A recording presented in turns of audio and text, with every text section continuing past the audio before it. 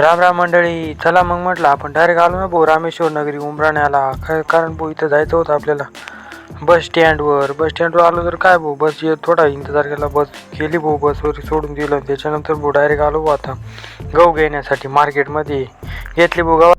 घेतली ना भाऊ गव्हाची गोणी. म्हटलं कसं आहे आता बांधून घेऊ भाऊ गाडीला, कारण रस्त्यानं कसं आहे काही पण खड्डे खुड्डे, मग इकडे तिकडे लक्ष द्यायचं काम नाही भाऊ. तिथून निघालो ना भाऊ डायरेक्ट, तर आपला पुढे हा ट्रक चालला होता भाऊ सिमेंटच्या पाईपांचा.